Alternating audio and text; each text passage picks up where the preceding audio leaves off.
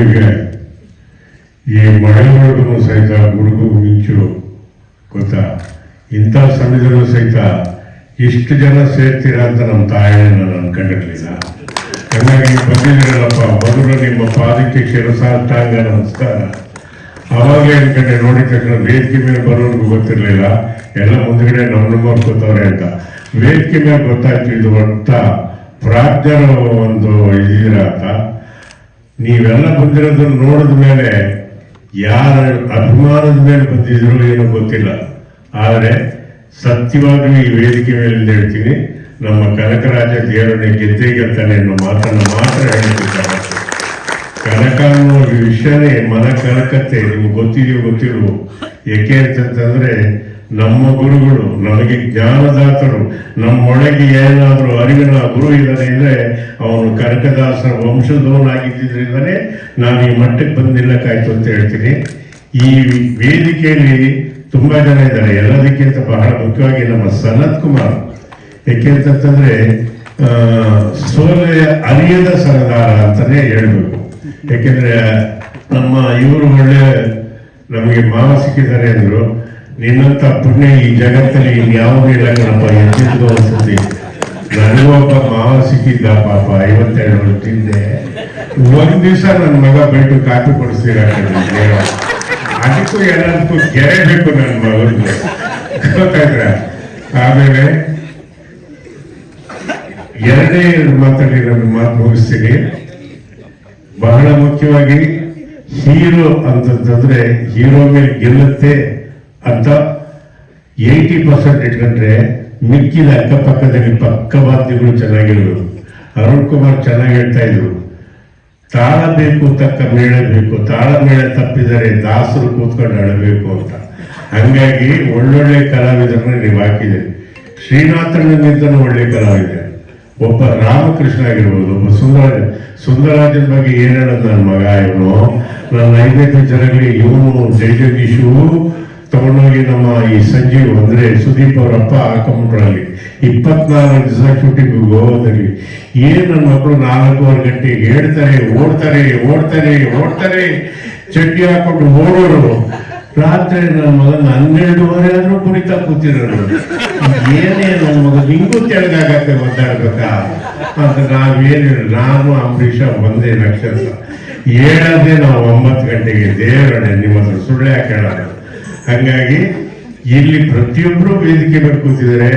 ಇನ್ನೊಂದು ವಿಷಯ ಹೇಳಕ್ಕೆ ಇಷ್ಟಪಡ್ತೀನಿ, ನಾವು ಜೀವನದಲ್ಲಿ ಏನಾದರೂ ನೋಡಿ ಕಲ್ತಿದ್ರೆ ಒಬ್ಬ ಡಾಕ್ಟರ್ ರಾಜ್ಕುಮಾರ್ ಅನ್ನೋ ಒಬ್ಬ ಮಹಾನುಭಾವರು, ನಿಮ್ಮ ಕಣ್ಣಿಗೆ ಒಬ್ಬ ಡಾಕ್ಟರ್ ರಾಜ್ಕುಮಾರ್ ಒಬ್ಬ ವ್ಯಕ್ತಿ, ಒಬ್ಬ ನಟನ ಕಾಣಬಹುದು. ನನ್ನ ದೃಷ್ಟಿಯಲ್ಲಿ ಮಹಾಕಾವ್ಯಗಳನ್ನು ಬರೆದ ಮಹಾಗುರು ಅಂತ ಹೇಳ್ತೀನಿ.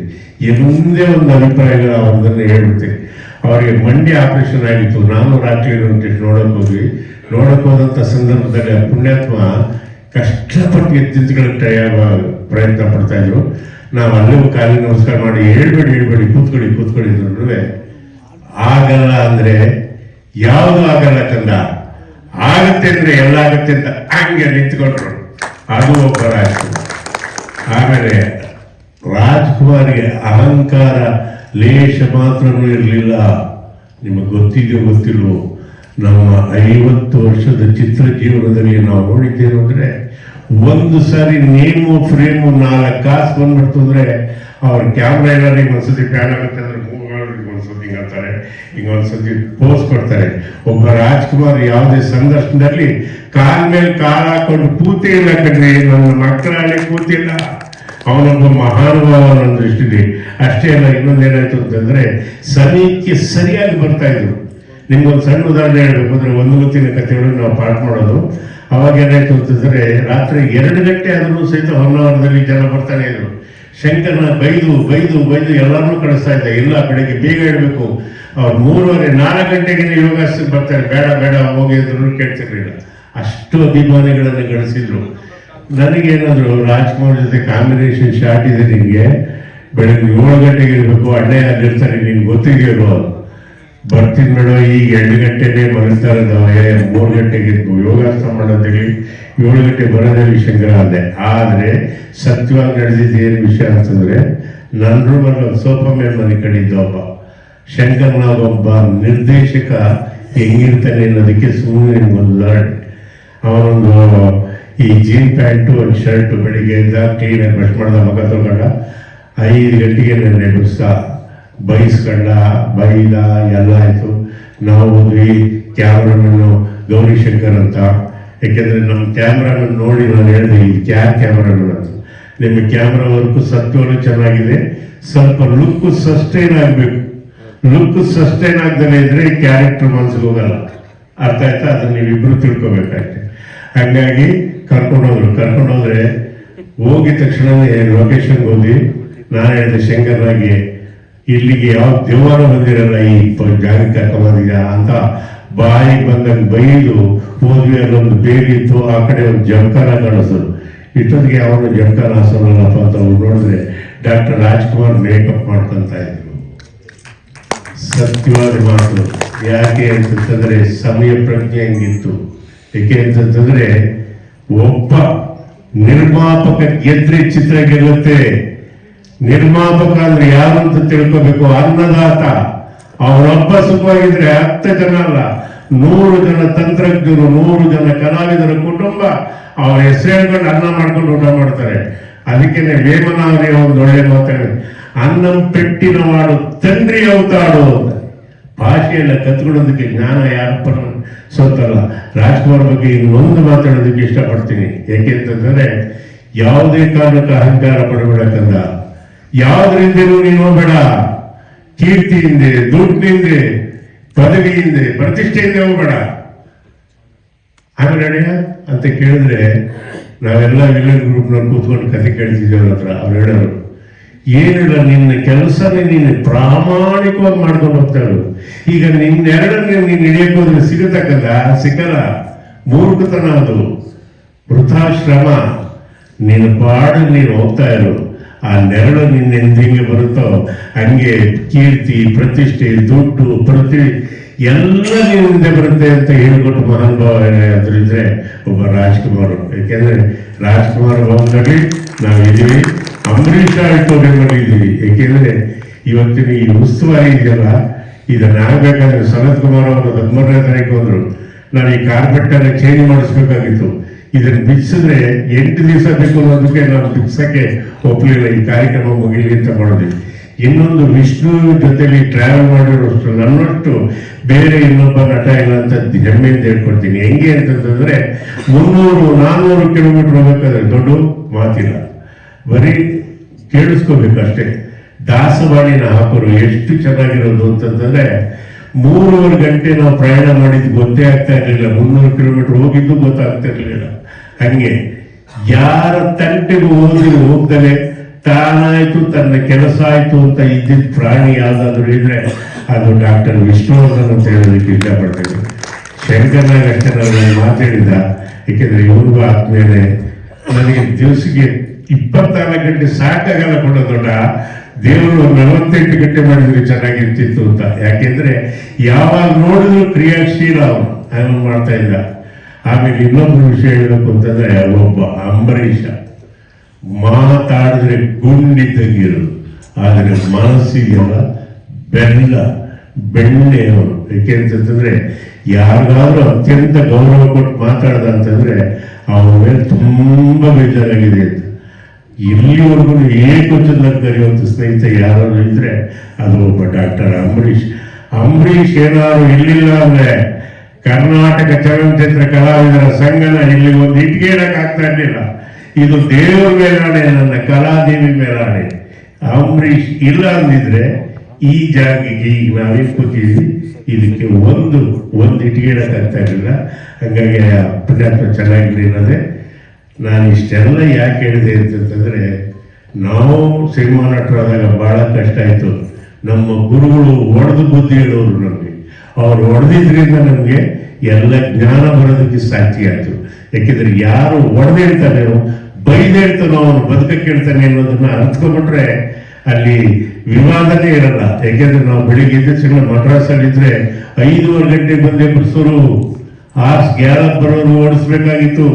ನಿಮ್ಗೆ ಹೆಂಗ್ ಹೇಳೋದು, ಕೆಲವು ಸತಿ ಅವ್ರನ್ನೇನಾದ್ರು ಆರ್ಸ್ ಚೆನ್ನಾಗಿ ನೋಡ್ಕೊಳ್ಳಿಲ್ಲ ಅಂದ್ರೆ ಅವ್ರಿಗೆ ತೀರ್ಥ ಪ್ರಸಾದಗಳನ್ನು ನೋಡ್ಕೊಳ್ಳಿಲ್ಲ ಅಂದ್ರೆ ಕೆಟ್ಟ ಕುದುರೆ ಕೊಟ್ಬಿಡೋರು. ಆ ಕೆಟ್ಟ ಕುದುರೆ ಹೆಂಗೆಲ್ಲ ಓಡಿ ಈ ಉದ್ದಕ್ಕೆ ಅವಾಗ ಈ ಮಾವಿನ ಮರಗಳು ಕೊಂಬೆಗಳಿಗೆ ಬಂದಿರೋದಲ್ಲ, ಅಲ್ಲಿ ಹೋಗ್ಬಿಡೋದು, ಒಡ್ಕೊಂಡು ಸತ್ತು ಬಿಡ್ಬೇಕಂಗೆ. ಅಷ್ಟು ಕಷ್ಟ ಆಯ್ತು. ಆಮೇಲೆ ಡಾನ್ಸ್ಗೆ ಹೋಗ್ಬೇಕಾಗಿತ್ತು. 9 ಗಂಟೆಗೆ ಹಾಕ್ಸಿಟ್ಟಿದ್ರೆ ಬೆಳಿಗ್ಗೆ 5 ಗಂಟೆಗೆ ಇದ್ರೆ ಡಾನ್ಸ್ಗೆ ಹೋಗ್ಬೇಕು, ಮತ್ತೆ ಫೈಟಿಂಗಿಗೆ ಹೋಗ್ಬೇಕು, ಅವೆಲ್ಲ ಮಾಡಬೇಕಾಗಿತ್ತು. ನಾನು ನಮ್ಮ ಹೀರೋಗೆ ಹೇಳ್ತಾ ಇದ್ದೀನಿ, ನೀನು ಎಷ್ಟೇ ಎತ್ತರಕ್ಕೆ ಬೆಳೆದ್ರು ಅಹಂಕಾರ ಪಡಬೇಡಪ್ಪ. ಒಬ್ಬ ರಾಜ್ಕುಮಾರ್ ತಗೊಂಡಿಟ್ಕೋ, ಅವಾಗ ಸತ್ಯವಾಗಿ ನೀನು ಬೆಳಕು ಕಾಣ್ತೀಯ, ನೀನು ಗುರಿ ಮುಡ್ತೀಯ ಅನ್ನೋ ಮಾತನ್ನ ನಾನು ಹೇಳಕ್ಕೆ ಇಷ್ಟಪಡ್ತಾ ಇದ್ದೀನಿ.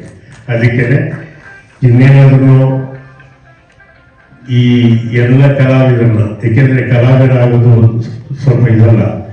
ನಮ್ಮ ಆರ್ಎಸ್ಟಿಂದ ನಮ್ಮ ಕೃಷ್ಣೇಗೌಡರು ಮಾತಾಡಿದ್ರು, ರೇವಣ್ಣ ಅನ್ಕೋತವ್ರೆ, ನಮ್ಮ ಸಿದ್ದರಾಮಣ್ಣ ಅವ್ರ ಕೈಲಿ ಒಂದು ಕೆಲಸ ಮಾಡಿಸ್ಬೇಕಾಗಿತ್ತು. ಅಂಬರೀಷ್ ಹೆಸರಲ್ಲಿ art and culture and cine acting ಅಕಾಡೆಮಿನ ನಾವು ಓಪನ್ ಮಾಡ್ತಾ ಇದ್ವಿ. ಅದರ ದಿಶೆಗೆ ನಿಮ್ಮೆಲ್ಲರ ಆಶೀರ್ವಾದ ಇರಲಿ. 3 ವರ್ಷದ ಕೋರ್ಸ್ಗೆ ನಾವೇನ್ ಮಾಡ್ತೀವಿ ಅಂದ್ರೆ ಪಕ್ಕ ಎಡಿಟಿಂಗ್ ಇಂದ ಹಿಡಿದು, ಸೀವಿಂಗ್ ಇಂದ ಹಿಡಿದು, ಪ್ರತಿಯೊಂದು ಮಿಕ್ಸಿಂಗ್ ಇಂದ ಹಿಡಿದು ಪ್ರತಿಯೊಂದನ್ನು ಹೇಳ್ಕೊಡ್ತೀವಿ. ಅವನು 2ನೇ ವರ್ಷದಷ್ಟೊತ್ತಿಗೆ ಅವನು ಪಕ್ಕ ತರಬೇಕು. 3 ವರ್ಷ ಮುಗಿಸ್ಕೊಂಡು ಹೋಗುವಷ್ಟೊತ್ತಿಗೆ ಕಡಿಮೆ ಅಂದ್ರೆ 25 ಜನಕ್ಕೆ ಅನ್ನ ಹಾಕುವಂತ ಯೋಗ್ಯತೆ ಬರಬೇಕು ಅವನಿಗೆ. ಒಂದು ಪೂನಾ ಫಿಲ್ಮ್ ಇನ್ಸ್ಟಿಟ್ಯೂಟ್ಗಿಂತ ಯಾವುದೇ ಈ ರೀತಿ ಕಡಿಮೆ ಇದ್ದಂಗೆ ನಾವು ಇದನ್ನು ಮಾಡ್ತಾ ಇದೀವಿ. ದಯವಿಟ್ಟು ರೇವಣ್ಣವ್ರಿಗೆ ನಾವೇನ್ ಕೈ ಮುಗಿದು ಕೇಳ್ತೀವಿ ಅಂದ್ರೆ, ಸ್ವಾಮಿ ನಿಮ್ಗೆ ಏನಾದ್ರು ನಮ್ಗೆ ಡೊನೇಷನ್ ಕೊಡಬೇಕು ಅಂತ ನಮ್ಗಿದ್ರೆ ಕಂಠೀರವ ಸ್ಟುಡಿಯೋದಲ್ಲಿ ಯಾವ್ದು ಮೂಲೆ ಬಿದ್ದಿದೆ ಮಿಕ್ಸರ್ ಕ್ಯಾಮ್ರಾ. ಯಾಕೆಂದ್ರೆ ಕೆಲವರು ಮಿಕ್ಸರ್ ಕ್ಯಾಮ್ರಾ ನೋಡೇ ಇಲ್ಲ. ಮಿಕ್ಸರ್ ಕ್ಯಾಮ್ರಾ ಬರ್ತಾ ಇದ್ದಿದ್ದು ಸಾವಡಿ ಮ್ಯಾಗ್ಝೈನ್ ಇಂದು ನಾವು ಹುಡುಗರಿಗೆ ಪಾಠ ಮಾಡಬೇಕು. ಅಲ್ಲಿ ಬಿಟ್ರೆ ಏನಾಗುತ್ತೆ ಅಂದ್ರೆ ಅಲ್ಲಿಟ್ಟು ಇಲ್ಲಿಟ್ಟು ಹಾಳಾಗುತ್ತೆ. ನೀವು ಕೊಟ್ರೆ ನಮ್ಮ ರೇವಣ್ಣ ಕೊಡಿಸಿದ್ರು ಕಣಪ್ಪ, ಕನಕರಾಜ ಪ್ರೊಡ್ಯೂಸರು, ಹೀರೋ ತಂದೆ ಅಂತ ಹೇಳಿ ನಾವು ಇದು ಮಾಡ್ತೀವಿ. ದಯವಿಟ್ಟು ಅದನ್ನ ಕೊಡಿಸ್ಕೊಡಿ. ನಿಮ್ಮ ಹೆಸರು ಹಾಕಿ ಅದನ್ನ ಯಾವ ಪುಣ್ಯಾತ್ಮ ಕೊಟ್ಟು ಶೋಕೇಸ್ ಅಲ್ಲಿಟ್ಟು ಮಕ್ಕಳಿಗೆ ಪಾಠ ಮಾಡೋಕ್ಕೆ ಅನುಕೂಲ ಆಗುತ್ತೆ ಅನ್ನೋ ವಿಷಯನ ನಿಮಗೆ ತಿಳಿಸ ಜಾಸ್ತಿ ಮಾತಾಡಿದ್ರೆ ದಯವಿಟ್ಟು ಕ್ಷಮಿಸ್ಬಿಡಿ. ಏಕೆಂದ್ರೆ ಕೆಳಗಡೆ ಕಾಫಿ ತಿಂಡಿ ಎಲ್ಲ ಇದೆ, ದಯವಿಟ್ಟು ಎಲ್ಲರೂ ಆಸ್ವಾದಿಸ್ಬೇಕು. ಇವತ್ತಿನ ನಾಯಕ ನಟರಾಗಿರ್ಬೋದು, ತಂತ್ರಜ್ಞರಾಗಿರ್ಬೋದು, ನೀವು ಏನ್ ಬೇಕಾರಂತೀನಿ, ಏನ್ ಬೇಕಾದ್ರೆ ಮಾಡಿ, ಆದರೆ ನಿಮ್ಮ ದೇಹದಾಢ್ಯದ ಬಗ್ಗೆ ಸ್ವಲ್ಪ ಗಮನ ಕೊಡಿ. ನಾವು ಯಾವತ್ತೂ ಏನಾಗಬೇಕು ಅಂತ ನಮ್ಮ ತಾಯಿಯಾನೇ ಆಸೆ ಪಟ್ಟೇ ಇಲ್ಲ. ಯಾಕೆಂದ್ರೆ ನಮ್ಗೆ ಇಂಪಾರ್ಟೆಂಟೇ ಫುಲ್ ಮಿಲ್ಸ್. ಯಾಕೆಂದ್ರೆ 165 kg ಇದೆ. ಈಗ ನಮ್ಮ ಫೋಟೋಗ್ರಾಫರ್ ನಮ್ಮ ಆತ್ಮೀಯ ಕೇಳಿದ ಎಷ್ಟು kg ಕಮ್ಮಿ ಆಗಿದೆ ಅಂತ. ನಾನು ಹೇಳಿದೆ, ಯಾಕೆ ಹೇಳ್ತೇವೆ ಬಿಡು, ಲೆಕ್ಕ ಇಟ್ಟರೆ ದುಃಖ. ನಾನು 47 kg ಕಮ್ಮಿ ಆಗಿದ್ದೀನಿ ಅಂತ. ಯಾಕೆಂದ್ರೆ ಸಾಯ್ಬೇಕಾದ್ರೆ ಸಬ್ ಇನ್ಸ್ಪೆಕ್ಟರ್ ಆದಾಗ ಈ ತೆಳಗಾಲ ಏನ್ ಬಂತು, ಸಿನಿಮಾದಲ್ಲಿ ದಪ್ಪ ಇರೋರ್ಗೆಲ್ಲ ದೊಡ್ಡಣ್ಣ ಅಂತ ಹೆಸರಿಟ್ರು. ಅದಕ್ಕೆ ನಿಮ್ಮ ಆಶೀರ್ವಾದ, ಪ್ರೋತ್ಸಾಹ ಕಾರಣ. ಕೊನೆಯವರೆಗೂ ನಮ್ಮ ಮೇಲೆ ಇದೇ ಅಭಿಮಾನ ಇರಲಿ ಅಂತ ನಾನು ಬೇಡ್ಕೊಂಡು ನನ್ನ ಮಾತಿಗೆ ವಿರಾಮ ಮಾಡ್ತೀನಿ. ನಮಸ್ಕಾರ. ಮುಖ್ಯವಾಗಿ ಇನ್ನೊಂದು ಹೇಳ್ತೀನಿ, ನೀವು ಮಾಧ್ಯಮದ ಮಿತ್ರರಿದ್ದೀರಲ್ಲ, ನಿಮಗೆ ನಾನು ಹೇಳಿಲ್ಲ ಕಣಪ್ಪ, ಆಮೇಲೆ ನಮ್ಮ ಬಗ್ಗೆ ಏನಾದ್ರು ಕೆಟ್ಟದಾಗಿ ತೋರಿಸ್ಬಿಟ್ಟಿರ. ಯಾಕೆಂದ್ರೆ ಒಂದು ಮಂಗನ್ನ ಮನ್ಮತ ಮಾಡೋ ಶಕ್ತಿ ಇರೋದು ನಿಮ್ ಕೈಲಿ ಕಡ್ರೆ. ಇವತ್ತೇನಾದ್ರೂ ಮಾಯನ್ ಮರಾಠಿ ಅಂತ ಒಂದು ಸಿನಿಮಾ ಬರೋದು, ಅದಿದ್ರೆ ನೀವೇನು ಬೇರೆ ಇನ್ಯಾರು ಇಲ್ಲ ಮಾಯನ್ ಮರಾಠಿಗಳು. ಹಂಗಾಗಿ ನಿಮ್ಗೊಂದು ಥ್ಯಾಂಕ್ಸ್ ಇರಲಿಲ್ಲ. ಇತ್ತೀಚಿನ ದಿವಸಗಳಲ್ಲಿ ನಿಮ್ಗೆಲ್ಲ ವಯಸ್ಸಾದವರೆಲ್ಲ ಪುಣ್ಯಾತ್ಮರು ಕೂತವ್ರು ಹೇಳ್ತಿದ್ದೀನಿ. ಜಗತ್ತಲ್ಲಿ ಆಡೋದಕ್ಕೆ ಲಕ್ಷಾಂತರ ಭಾಷೆ ಇದೆ, ಸಾವಿರಾರು ಭಾಷೆ ಇದೆ. ಆದರೆ ಸರ್ವಶ್ರೇಷ್ಠ ವಿದ್ವಾಂಸರೆಲ್ಲ ಕಂಡುಹಿಡಿದಿರೋದು 3 ಶ್ರೇಷ್ಠವಾದ ಭಾಷೆ.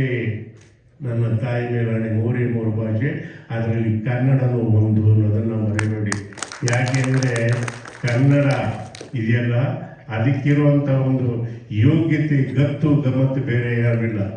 ಆಂಗ್ಲರ ಆಡಳಿತದಲ್ಲಿ ಕನ್ನಡ ಏನಿತ್ತು ಅಂದರೆ ಸುಭದ್ರವಾಗಿತ್ತು. ಯಾವುದೇ ಆಂಗ್ಲ ಅಧಿಕಾರಿನ ನೀವು ಮಾತಾಡ್ಸಿದ್ರೆ, ಅಯ್ಯ ನೀನು ಕನ್ನಡದಲ್ಲಿ ಮಾತಾಡಯ್ಯ ಅಂತ ಹೇಳ್ತಾ ಇದ್ರು. ಇದು ಸತ್ಯ. ಹೈಕೋರ್ಟ್ ಅಲ್ಲಿ ಫಸ್ಟ್ ವಾದ ವಿವಾದ ಮಾಡ್ತಾ ಇದ್ದದನ್ನ, ಇಂಗ್ಲಿಷಲ್ಲಿ ಮಾಡ್ತಾ ಇದ್ದದನ್ನ ಕನ್ನಡದಲ್ಲಿ ಮಾಡಬೇಕು ಅಂತ ಕನ್ನಡಕ್ಕೋಸ್ಕರ ಹೋರಾಡಿದ್ರು ಒಬ್ಬ ಹಡ್ಸನ್ ಸರ್ಕಲ್ ಇದೆ ಇವತ್ತು, ಗೊತ್ತಾಗ್ರ. ಕನ್ನಡದಲ್ಲೇನೆ ಶಾಲೆಗಳನ್ನ ತಮ್ಮ ಜೋಬಿಂದ ದುಡ್ಡಾಕಿ ನಡೆಸತ್ತವರಿದ್ದಾರೆ, ಕಬ್ಬಲ್ಲಿದ್ದಾನೆ. ನಿಮ್ಗೆ ಹೆಂಗ್ ಹೇಳೋದು? ಗುರುರಾಯರು ಸತ್ತ ಮೇಲೂ ಸಹಿತ 180 ವರ್ಷ ಆದ್ಮೇಲೆ ನೋಡಿದಂಥ ಆಂಗ್ಲ ಅಧಿಕಾರಿ ಮನ್ರೋ, ವಿಲಿಯಮ್ಸ್ ಮನ್ರೋ, ನಿಮ್ಗೆ ಹೆಂಗ್ ಹೇಳೋದು ನೀವೆಲ್ಲ ನಂಬಲ್ಲ. ಅದಕ್ಕೋಸ್ಕರನೇ ಕನ್ನಡಕ್ಕಿಂತ ಶ್ರೇಷ್ಠವಾದ ಭಾಷೆ ಇನ್ನೊಂದು ಇಲ್ಲ ದಯವಿಟ್ಟು. ಯಾಕೆಂದರೆ ಅಲ್ಪ ಪ್ರಾಣ ಆಗಿರ್ಬೋದು, ಮಹಾಪ್ರಾಣ ಆಗಿರ್ಬೋದು, ನಮ್ಮಮ್ಮ ನನಗೆ ಹೇಳ್ಕೊಟ್ಟಿದ್ದು ಮಾತ್ರ ದೇವರೇ ಕಾರಣ. ಯಾಕೆಂದರೆ ಅವಳು ಓದಿರಲಿಲ್ಲ, ಆದರೆ ಜ್ಞಾನದಲ್ಲಿ ಯಾರು ಏನು ಕಡಿಮೆರಲಿಲ್ಲ. ನೋಡು ಮಗನೇ, ಆಕಾಶದಲ್ಲಿ ಚಂದ್ರಮ್ಮನ ನೋಡ್ಕಲ್ಲ, ಚಂದ್ರಮ್ಮನ ನೋಡು ಅಂತ ಹೇಳ್ಕೊಟ್ಟು ಯು ಸಿ ಮೂನ್ ಮೈ ಸನ್, ಯು ಸಿ ಮೂನ್ ಅಂತ ನಮ್ಮಮ್ಮ ದೇವರೇ ಹೇಳಿಲ್ಲ. ಇವತ್ತಿನ ಅಮ್ಮಂದಿರು ನೋಡ್ತಾ ಇದ್ದೀನಿ ನಮ್ಮ ಅಮ್ಮಂದಿರ ಬೀದಿಲೆಲ್ಲ ಮಾತಾಡ್ಕೊಂಡು ಹೋಗ್ತೀರಾ, ತರಕಾರಿ ತಗೋಬೇಕಾದ್ರೂ ಮಾತಾಡ್ತೀರಾ, ರೋಡ್ ಕ್ರಾಸ್ ಮಾಡ್ಬೇಕಾದ್ರೂ ಮಾತಾಡ್ತೀರಾ. ಬೇಡ ಕಟ್ರವ, ಯಾಕೆಂದರೆ ನೀವು ಕಲಿಸಿರೋ ಸಂಸ್ಕಾರನೇ. ಇವತ್ತೇನಾದ್ರು ನಮ್ಮಮ್ಮ ನಮ್ಮಪ್ಪ ಕಲಿಸ್ತಿರೋ ಸಂಸ್ಕಾರ ಇಲ್ಲ ಅಂದರೆ ಬಂದರೆ ಅದಕ್ಕೆ ಭಾಷೆ ಬಹಳ ಮುಖ್ಯವಾಗುತ್ತೆ. ಕನ್ನಡನ ಮರಿಬೇಡಿ. ನಾನು ಮುಖ್ಯವಾಗಿ ನಮ್ಮ ಇವರಿಗೆ ಮರಾಠಿಗಳಿಗೆ ಥ್ಯಾಂಕ್ಸ್ ಹೇಳಬೇಕಾಗಿತ್ತು. ಚೆನ್ನಾಗಿ ತೋರಿಸ್ರಪ್ಪ ಎಲ್ಲರೂ. ನಮಸ್ಕಾರ. ಧನ್ಯವಾದಗಳು.